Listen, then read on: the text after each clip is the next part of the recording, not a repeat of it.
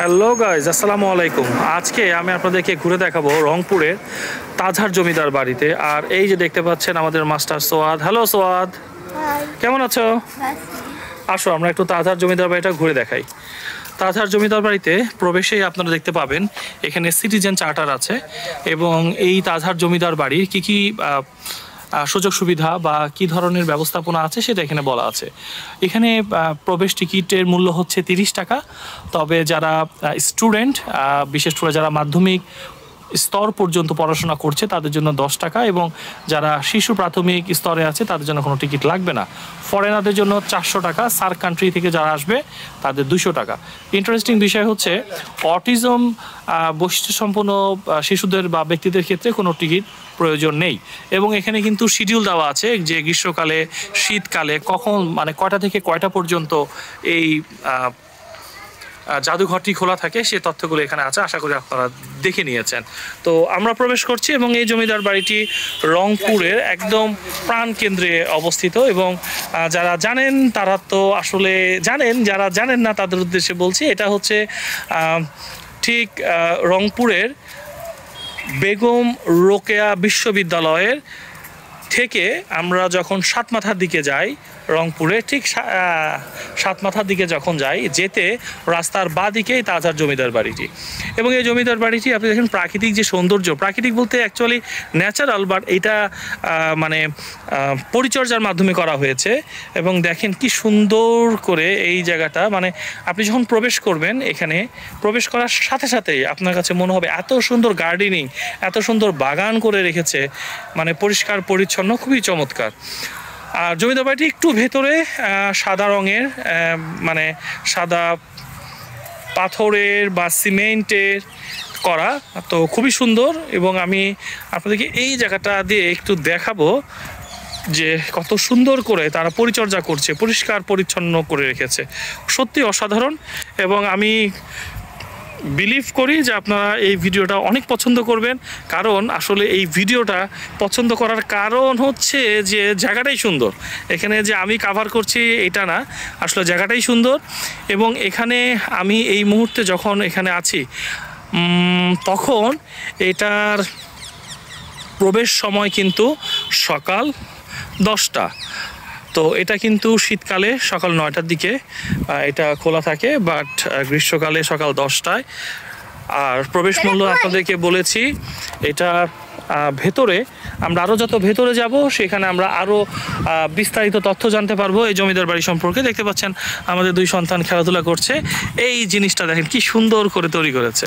এইটা আমি আপনাদেরকে একটু জুম করে দেখাই, খুবই সুন্দর, খুব চমৎকার। ওকে, আমরা আস্তে আস্তে জমিদার বাড়ির দিকে আগাচ্ছি। চলুন, চলো তোমরা, আমরা জমিদার বাড়ির দিকে যাচ্ছি। ওরা খেলছে।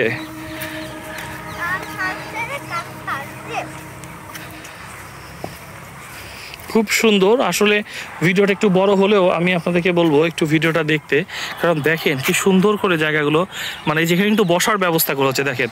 হ্যাঁ, দেখেন কি সুন্দর করে, এই যে অসাধারণ। এটা শুধু যে মানে জমিদার বাড়ির জন্যই এটা সুন্দর আমি তা বলবো না। এখন দেখেন প্রত্যেকটা জায়গা কত সুন্দর করে তারা তৈরি করেছে। হ্যাঁ, মানে জাস্ট মাইন্ড ব্লোয়িং। এই দেখেন একটা হার্ট সাইন আছে এখানে, এখানে একটা পালকি আছে এখানেও, মানে সত্যি অসাধারণ। একটা মানুষের একটা অবয়ব আছে। তো আমি আসলে জমিদার বাড়ি পর্যন্ত পৌঁছাতে পারছি না, বিকজ এত সুন্দর করে তৈরি করে রেখেছে যে এগুলো আমার মন চাচ্ছে না যে আপনাদেরকে না দেখিয়ে শুধু জমিদার বাড়িটি দেখাই। তো তারপরও আমি চেষ্টা করছি যত দ্রুত জমিদার বাড়ি কাছে গিয়ে জমিদার বাড়িটি দেখানো যায়, পাশাপাশি এই পুরো জায়গাটা আপনাদেরকে ঘুরিয়ে দেখাই।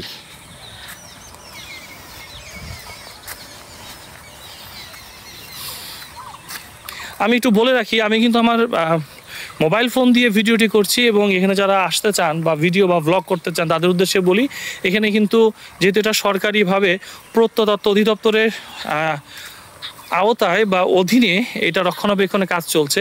এখানে একটা পুকুর আছে, পুকুরে পানি শুকিয়ে গেছে। সো এখানে কিন্তু চাইলেই যে কোনো ড্রোন ব্যবহার করে ভিডিও করা যাবে না, এটা হচ্ছে জনসাধারণের জন্য। তবে কেউ যদি স্পেশাল পারমিশন নিয়ে আসেন সেক্ষেত্রে ভিন্ন কথা। হ্যাঁ, তো আমি আম জনতার জন্য বললাম, লাইক ম্যাঙ্গো পিপুলের জন্য, আমার মতো যারা আছেন তাদের জন্য বললাম। এই যে চলে আসছি জমিদার বাড়ির খুব কাছাকাছিতে।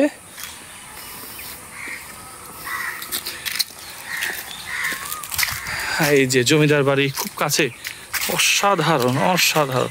আমি এর আগেও আসছি এখানে, তবে খুব বেশি সময় আসলে এখানে থাকতে পারিনি সেই সময়। তো আজকে এই জন্য একটু পরিকল্পনা করেই আসছি, একটু বেশি সময় থাকবো, একটু ঘুরে দেখবো। পরিবারকে নিয়ে আসছি, এর আগে পরিবারকে নিয়ে আসতে পারিনি। তো আমরা ঢাকা থেকে কিন্তু আজকে সকালেই নেমেছি রংপুরে, এই রংপুর শহরের সুন্দর সুন্দর জায়গাগুলো দেখার জন্য। ইতিমধ্যেই আমরা বেশ কিছু জায়গা দেখে ফেলেছি এবং আপনারা প্রত্যেকটি জায়গার ভিডিও আমার ইউটিউব চ্যানেলে কিন্তু পেয়ে যাবেন, তারেক ট্রেনার অ্যান্ড ট্রাভেলার এই ইউটিউব চ্যানেলে। এই হচ্ছে সুন্দর, খুবই সুন্দর একটি জমিদার বাড়ি, এবং জমিদার বাড়ির সামনে এই যে দেখতে পাচ্ছেন মসজিদ। আমি একটু আগে যে মসজিদ পার হয়ে আসছি, রাস্তা দিয়ে এসেছি। এই হচ্ছে জমিদার বাড়ি, অসাধারণ এক কথায়। এবং এই যে সামনের ভিউ, আরও একটু সামনে যাচ্ছি,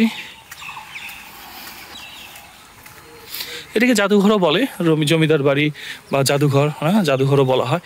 এই যে সুন্দর, অসাধারণ না? একদম মার্বেল পাথরের দেয়া এই সিঁড়ি, এবং সিঁড়িতে যে উপরে উঠতে হবে। আমি আপনাদেরকে আগে বাইরের দৃশ্যগুলো একটু দেখিয়ে নেই। এখানে এর আগে আমি আর আমাদের বড় ছেলে সোয়াদ আসছিল, আমরা একটা ভিডিও করেছিলাম, শর্ট ভিডিও। এই হচ্ছে পুরো জমিদার বাড়ির ফ্রন্ট ভিউ, আর এটা হচ্ছে সাইড ভিউগুলো। এই জমিদার বাড়ি সম্পর্কে ইন ডিটেলস তথ্য আপনারা যদি জানতে চান, বা আমার বিশ্বাস হয়তো অনেকেই ভাবছেন তারেক ভাই তার কোনো তথ্য দিচ্ছে না, তাদের জন্য কিন্তু এইখানে সকল তথ্য হাজির।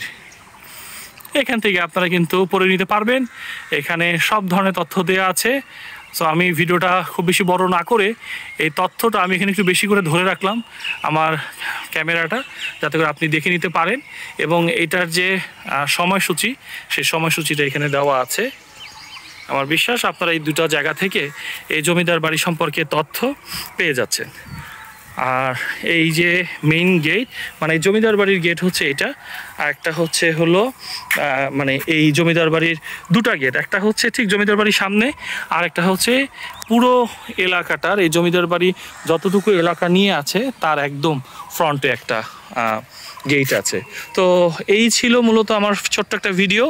এখানে শিশুরা যদি আসে তারাও কিন্তু বিনোদনের সুযোগ পাবে, কারণ হচ্ছে এখানে শিশুদের কিছু খেলাধুলার ব্যবস্থাও করে রেখেছে। তো সেই ব্যবস্থাটাও আছে, এখানে পুকুর আছে দেখতে পাচ্ছেন, এই যে এখানে পুকুর আছে, আবার এখানেও একটা পুকুর আছে। এই গেট দিয়ে ঢুকলেই এই যে জমিদার বাড়ি। So thank you.